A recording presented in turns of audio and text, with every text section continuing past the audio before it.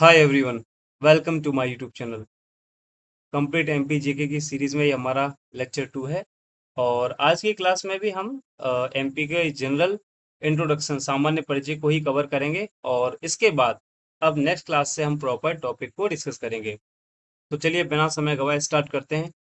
तो पिछली क्लासेस में हमने देखा था कि जो हमारा मध्य प्रदेश है वो उसकी जो बॉर्डर शेयरिंग स्टेट है जैसे कि यूपी, राजस्थान, गुजरात, महाराष्ट्र, छत्तीसगढ़।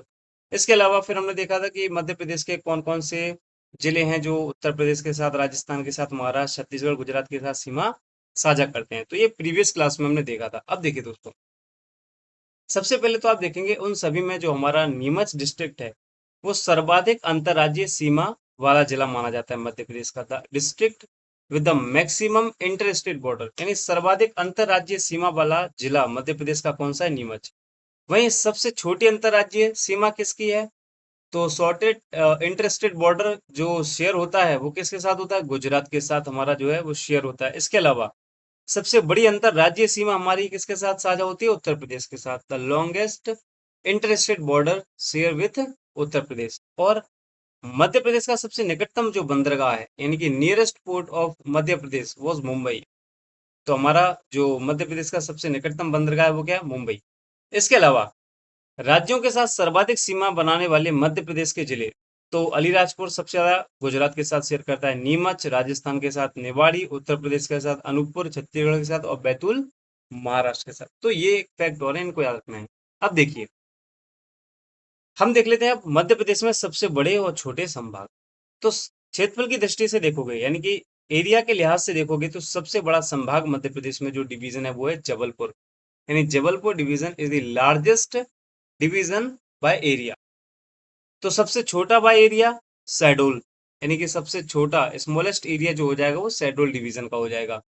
लेकिन अगर हम पॉपुलेशन वाइज देखते हैं, यानी कि जनसंख्या के आधार पर देखते हैं, तो सबसे बड़ा जो संभाग है वो है इंदौर, यानी कि largest in population Indore division. वहीं स्मॉलेस्ट हो जाएगा, अगर हम पूछेंगे जनसंख्या में सबसे छोटा आपका संभाग कौन सा है, तो हो जाएगा Shahdol. Smallest in population Shahdol division. इसके अलावा कुछ फैक्ट और है, जैसे कि 2011 की जो जनगणना है उसमें क्षेत्रफल के अनुसार सबसे बड़ा जिला छिंदवाड़ा है, अकॉर्डिंग टू 2011 की जनगणना। दूसरा, अगर आप दतिया जिले का पोर्टल देखोगे तो उसमें दतिया जिले का क्षेत्रफल दिया है 2959 वर्ग किलोमीटर। और मध्य प्रदेश में न्यूनतम जनसंख्या वाला जिला कौन सा है? हरदा। ये कुछ नोटेबल पॉइंट हैं जो आपको याद रखने हैं, और ये 2011 की जनगणना और दतिया जिले के पोर्टल के अनुसार है। तो कुछ चीजों में डिबेट है। हालांकि जब हम क्वेश्चन कर रहे होंगे तब इन सब चीजों को हम क्लियर समझेंगे कि आयोग ने क्या माना है या एमपीईएसबी ने इसका क्या आंसर माना है। तो उसके बेसिस पर हम देखेंगे कि हमको क्या सही टिक करना है। क्लियर है? चलिए, अब देखिए क्षेत्रफल में बड़े और छोटे जिले। तो सबसे पहले हम देख लें तीन बड़े जिले मध्य प्रदेश के। शिवपुरी सबसे बड़ा है, सागर और फिर बैतूल। अब देखिए 2011 की जनगणना की अगर बात करोगे तो सबसे बड़ा जिला छिंदवाड़ा है। क्योंकि छिंदवाड़ा को अब विभाजित करके एक नया जिला बनाया गया पांडुर्णा, तो छिंदवाड़ा का जो है वो क्षेत्रफल कम हो गया, इसलिए शिवपुरी अब सबसे बड़ा जिला माना जाएगा। सागर सेकंड सबसे बड़ा और बैतूल थर्ड सबसे बड़ा। वहीं सबसे छोटा देखेंगे तो निवाड़ी है, निवाड़ी के बाद मऊगंज है और मऊगंज के बाद पांडुर्णा है। ये तीन जिले सबसे छोटे हैं और ये तीन जिले सबसे बड़े हैं। तो शिवपुरी, सागर, बैतूल, निवाड़ी, मऊगंज एंड पांडुर्णा। इसके अलावा जनसंख्या में अगर हम छोटे बड़े जिले देख लेते हैं तो देखिए इंदौर जो है वो सबसे ज्यादा जनसंख्या वाला जो है वो जिला है। इसके अलावा जबलपुर सेकंड नंबर पे आता है और सागर थर्ड। वहीं सबसे कम आता है पांडुर्णा, पांडुर्णा के बाद निवाड़ी और निवाड़ी के बाद थर्ड जो सबसे छोटा होगा वो आगर मालवा होगा। ठीक, तो ये पॉपुलेशन वाइज हमारे छोटे बड़े जिले हो गए और ये एरिया वाइज छोटे बड़े जिले हो जाते हैं मध्य प्रदेश के। इसके अलावा हमने आपको बताया था कि मध्य प्रदेश में टोटल कितने डिवीजन है। तो मध्य प्रदेश में कुल डिवीजनों की जो संख्या है वो है 10। जैसे कि पहले नंबर पे है जबलपुर, इंदौर। जबलपुर में 9 जिले हैं, इंदौर में 8 जिले शामिल हैं, उज्जैन में 7 डिस्ट्रिक्ट्स हैं, रीवा में 6, सागर में 6, इसके अलावा ग्वालियर में 5, भोपाल में 5 और बाकी इन तीनों में नर्मदा, शहडोल और चंबल में कितना है? 3, 3 एंड 3। बाकी ये हमारे बॉर्डर हैं कि ये उत्तर प्रदेश है, ये छत्तीसगढ़ का बॉर्डर है, यहाँ महाराष्ट्र का बॉर्डर शेयर होता है, यहाँ गुजरात का और ये राजस्थान का। अब ये बॉर्डर अभी आपको याद रखना है, क्योंकि हम यहाँ पे बाउंड्री जब शेयरिंग देखेंगे उसके हिसाब से आपको, तो ये यहाँ से शुरू होता है उत्तर प्रदेश का बॉर्डर और यहाँ तक चलता है। तो ये किसका बॉर्डर हो गया? यूपी का। यूपी के बाद यहाँ से शुरू हो जाता है और यहाँ तक चलेगा छत्तीसगढ़ का बॉर्डर।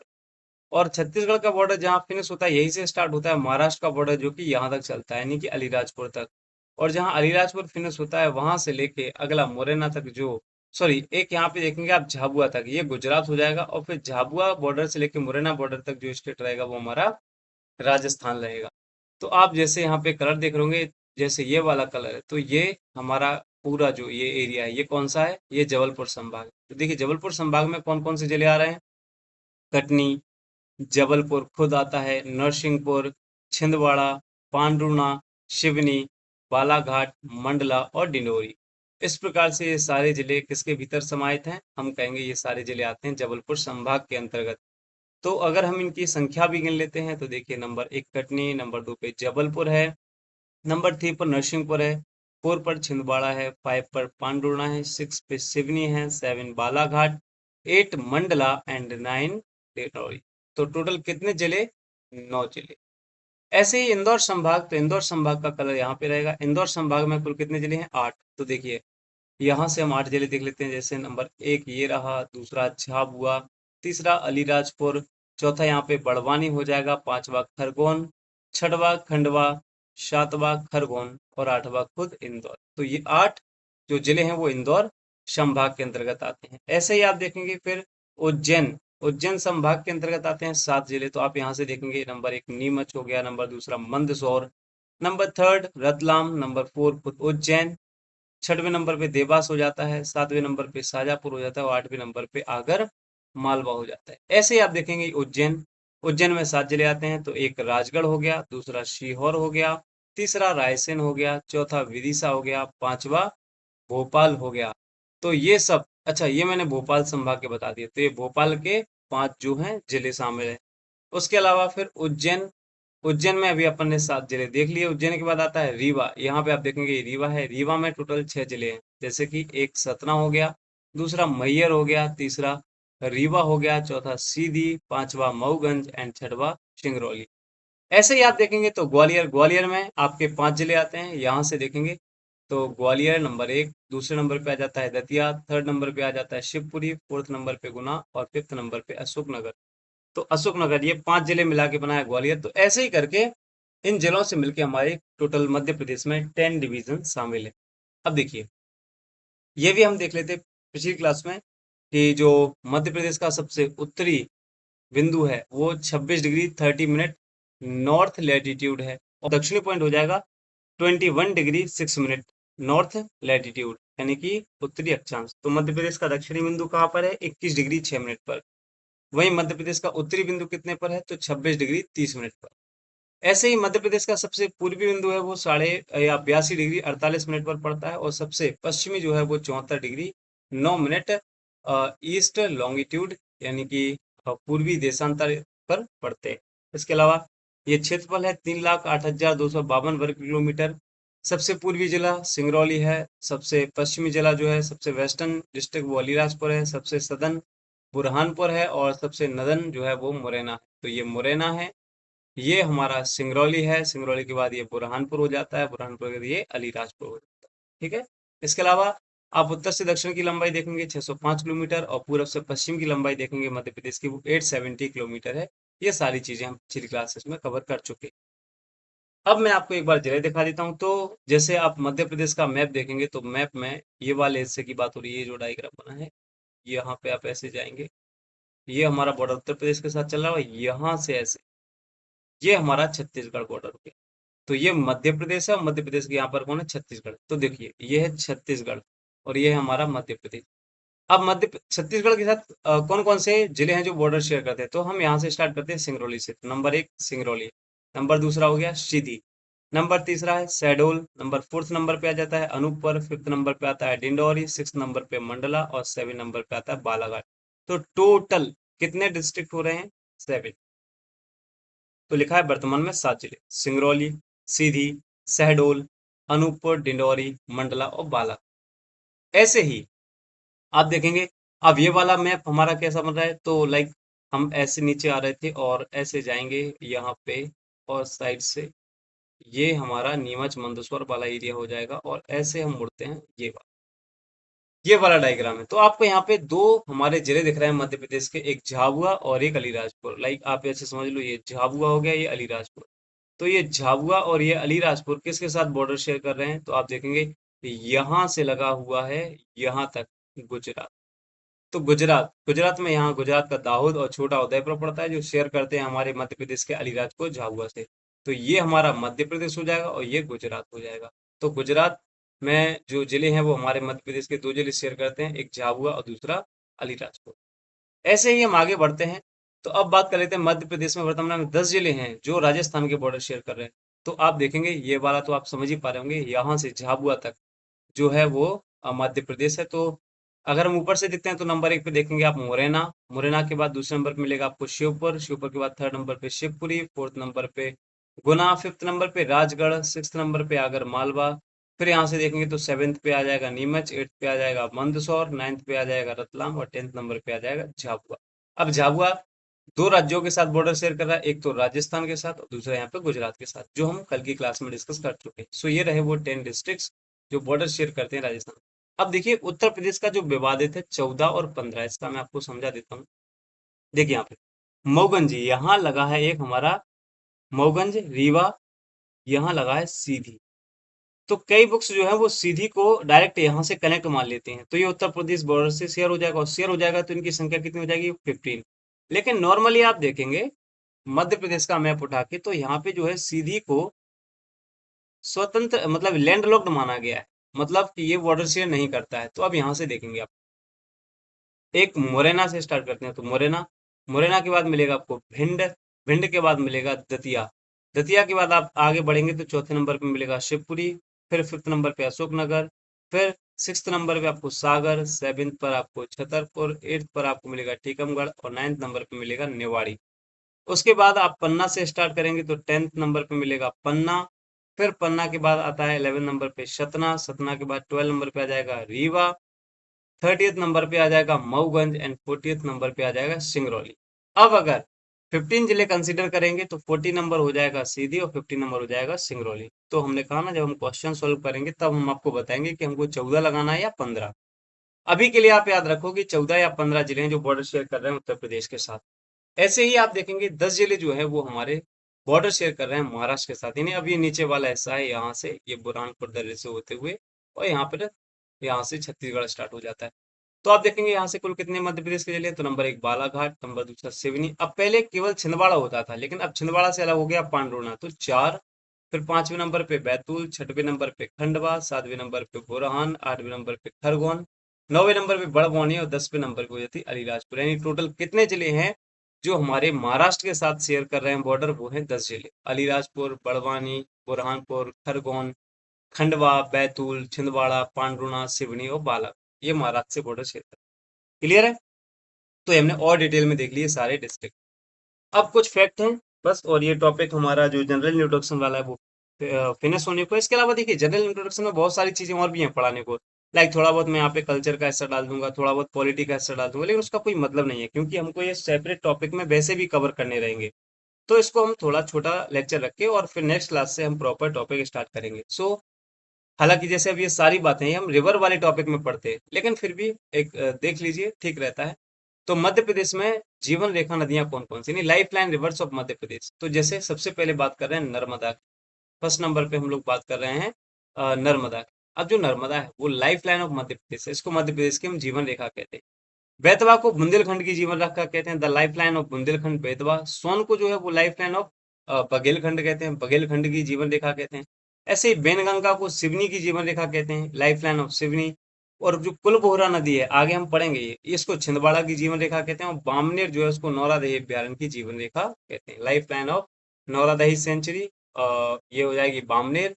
और जो कुलबोहरा रिवर है वो छिंदवाड़ा की जीवन रेखा कहलाती है। ठीक है? इसके अलावा कुछ नदियां हैं मध्य प्रदेश की जिनको गंगा जो गंगा है उसकी संज्ञा दी गई है। जैसे मध्य प्रदेश की गंगा, अगर आपसे डायरेक्ट पूछा जाए किसे कहते हैं, तो मध्य प्रदेश की गंगा कहते हैं बेतवा। लेकिन इसका आधार क्या है, बेस क्या है, पॉल्यूशन। ऐसे ही मध्य प्रदेश की गंगा नर्मदा को भी कहते हैं, उसका बेस है पवित्रता। यानी कि वो कैसी है, वो बिल्कुल होली रिवर मानी जाएगी। इसके अलावा मालवा की गंगा किसको कहते हैं? छिप्रा। छिप्रा जो है उसको मालवा की गंगा कहते हैं। बेतवा को बुंदेलखंड की गंगा कहते हैं और माई को आदिवासियों की गंगा कहते हैं। तो जैसे यहाँ पे आप देखेंगे नर्मदा, नर्मदा को हम क्या कह रहे हैं? गंगा, लेकिन पवित्रता के आधार पर। ऐसे ही जो क्षिप्रा है, क्षिप्रा को हम कहते हैं मालवा की गंगा। ऐसे ही बैतवा है, बैतवा को कहते हैं बुंदेलखंड की गंगा। और माही, माही को कहते हैं हम गंगा ऑफ ट्राइबल, यानी कि आदिवासियों की गंगा। क्लियर है? इसके अलावा आप देखेंगे 5 बड़ी नदियों में सबसे बड़ी नदी मध्य प्रदेश की है नर्मदा। सेकंड नंबर पे आती है चंबल 965 किलोमीटर की लेंथ के साथ। फिर थर्ड नंबर पे आती है सोन, फोर्थ नंबर पे आती है ताप्ती एंड फिफ्थ नंबर पे आती है बेतवा। आप भले ही किलोमीटर में केवल इन दोनों के किलोमीटर तीनों की याद रख लेना, बाकी भूल सकते हो, लेकिन सीक्वेंस याद रखना पड़ेगा कि क्या क्या है। फिर नेक्स्ट हम देख लेते हैं कि मध्य प्रदेश में सॉइल। हालांकि ये टॉपिक अलग से पढ़ेंगे, तो आप देखेंगे मध्य प्रदेश में आपको सॉइल कितने टाइप की दिख रही है। लाइक पहली है एल्यूवियल सॉइल, यानी कि जिसको हम बोलते हैं जलोढ़ मृदा। एक सेकंड में मार्कर चेंज। तो लाइक ये हो गया हमारा पहला जलोढ़ मृदा। दूसरा आपको दिख रहा होगा नॉर्मल ब्लैक। बेसिकली ये तीनों मिला के एक ही सॉइल होगी, वो ब्लैक। लेकिन ब्लैक के हमारे यहाँ तीन वेरिएशन दिखते हैं, तीन अलग अलग पार्ट दिखते हैं। तो सेकंड नंबर पे हो जाएगा हमारा ब्लैक सॉइल।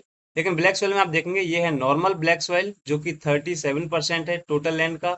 और फिर बीच में पड़ता है डीप ब्लैक सॉइल, गहरी काली मिट्टी, जो 3.5% है। एंड फिर है छिछली काली मिट्टी, जो इसका परसेंटेज है 7.1%, यानी लाइट ब्लैक सॉइल ये पड़ता है 7.1% के साथ साथ ये जो पड़ता है ब्लैक गहरी काली वो 3.5 है, और जो नॉर्मल ब्लैक है वो 37। तो 37 यानी कि नॉर्मल ब्लैक। ओवरऑल सारी मृदाओं में, सारी सोइल में सबसे ज्यादा जो मात्रा है वो किसकी है? वो है ब्लैक की। लेकिन ब्लैक में भी किसकी है? नॉर्मल ब्लैक की। उसके बाद यहाँ पर मिलेगी आपको मिक्स्ड सोइल, जो कि है 10% मिश्रित मृदा। और यहाँ पे मिलेगी रेड येलो सोइल, जो है 37% अगेन। इसके बाद यहाँ पे मिलेगा आपको लेटेराइट, जिसका लगभग परसेंट 2.5% है। और एलुवियल सॉइल, जो लगभग 3% है। तो ये इस प्रकार से ये 5 प्रकार की मिट्टी हमें मध्य प्रदेश में देखने को मिलती हैं। फिर आगे बढ़ते हैं तो मध्य प्रदेश की जलवायु की बात कर लेते हैं। मध्य प्रदेश में जो क्लाइमेट होगा वो उष्ण कटिबंधीय मानसूनी है, यानी कि जो मध्य प्रदेश का है वो ट्रॉपिकल मानसून क्लाइमेट है। मध्य भारत के पठार में विषम जलवायु पाई जाती है। तो आप जो मध्य भारत का पठार देखेंगे वहां पर जो आपको क्लाइमेट देखेगा वो एक्सट्रीम क्लाइमेट देखेगा। हालांकि क्लाइमेट वाले टॉपिक में अच्छे से पढ़ेंगे हम। अभी के लिए फैक्ट के तौर पर आप याद रखें। और मालवा का पठार में सबसे ज्यादा आदर्श जलवायु आपको देखने को मिलेगी, आइडियल क्लाइमेट। और यहाँ पर जो फाहियान आया था, फाहियान, फाहियान ने तो विश्व की सर्वश्रेष्ठ जलवायु कहा है जो मालवा की जलवायु उसके लिए। आप ये मध्य प्रदेश में क्षेत्र देखेंगे तो मान लीजिए ये पूर्व क्षेत्र है मध्य प्रदेश का, ईस्टर्न पार्ट है। ये साउथ पार्ट है, यानी कि दक्षिणी भाग है मध्य प्रदेश का। और यहाँ आपका हो जाएगा नॉर्थ पार्ट, ये मतलब उत्तरी भाग हो जाएगा मध्य प्रदेश का। और ये हमारा वेस्ट पार्ट हो जाएगा, यानी कि पश्चिमी। आप देखेंगे पश्चिमी भाग में जो वर्षा हो रही है वो 50 से 75 हो रही है। वहीं पूर्वी भाग में आप देखेंगे 125 से लेके 150। इसका मतलब है कि अगर आप पूरब से पश्चिम की ओर आते हो तो जो वर्षा है, जो रेन है, उसकी मात्रा क्या होती है? कम होती है। ऐसे ही आप देखेंगे साउथ में 150 सेंटीमीटर, नॉर्थ में जाते जाते यहाँ देखेंगे आप 50 से 75 सेंटीमीटर। तो अगर आप north to south, south to north जाते हो तो भी क्या होगा? जो रेन है, जो वर्षा की मात्रा है वो कम होगा। इसका रिवर्स क्या होगा? अगर हम नीचे जाएंगे तो बढ़ेगा। ऐसे ही जब हम पश्चिम से पूरब की ओर जाएंगे तो बढ़ेगा। एक पॉइंट आपको ये भी याद रखना। क्लियर है? चलिए, बाकी ये वर्षा का एरिया बताया गया कि औसत से भी कम वर्षा होती है यहाँ पर, यानी कि लेस रेनफॉल होती है, 50 टू 75 सेंटीमीटर हो सकती है इस क्षेत्र में। यहाँ एवरेज रेनफॉल होता है यानी 75 से 100, इस एरिया में 75 से 100 सेंटीमीटर तक वर्षा होती है। और इस क्षेत्र में औसत से अधिक वर्षा, यानी कि मोर देन एवरेज, यानी कि हम कह सकते हैं 100 से लेके 125 सेंटीमीटर तक हो सकती है। और हाई रेनफॉल बिल्कुल यहाँ पर देखने को आपको मिलेगा पचमढ़ी, पचमढ़ी जहाँ पर 199 यानी कि लगभग 200 सेंटीमीटर तक बारिश देखने को मिलेगी। तो सबसे ज्यादा हमारे यहाँ मध्य प्रदेश में कहाँ होती है? पचमढ़ी में। और सबसे कम वर्षा यानी निम्न वर्षा वाला क्षेत्र ये है, जहाँ आप देखेंगे भिंड, ये मुरैना पड़ता है। और ये भिंड, भिंड में एक जगह है गोहद। तो भिंड के गोहद में मध्य प्रदेश में सबसे कम वर्षा होती है 55 सेंटीमीटर। तो ये निम्न वर्षा वाला क्षेत्र हो जाएगा। तो औसत रेनफॉल जो है वो मध्य प्रदेश की है, वो है 112 सेंटीमीटर। क्लियर है? उसके अलावा ये लास्ट फैक्ट हमारा और याद रखना है कि मध्य प्रदेश में जो सीटों का अलोकेशन है, सीटों का वितरण है, वो किस प्रकार से है। तो अगर हम लेजिस्लेटिव असेंबली की बात करते हैं, क्योंकि मध्य प्रदेश का जो विधानसभा है वो एक सदनीय है, राज्य विधानमंडल। तो हमारे यहाँ विधानसभा है।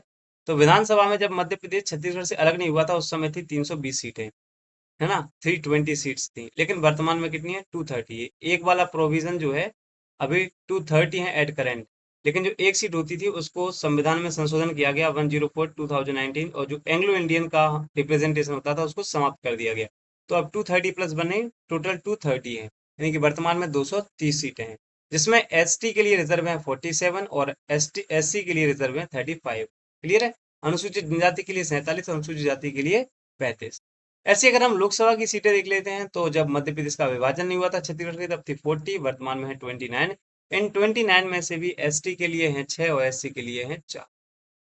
ऐसे ही राज्यसभा में देखेंगे, राज्यसभा में अविभाजित मध्य प्रदेश में थे 16, वर्तमान में है 11। क्लियर है।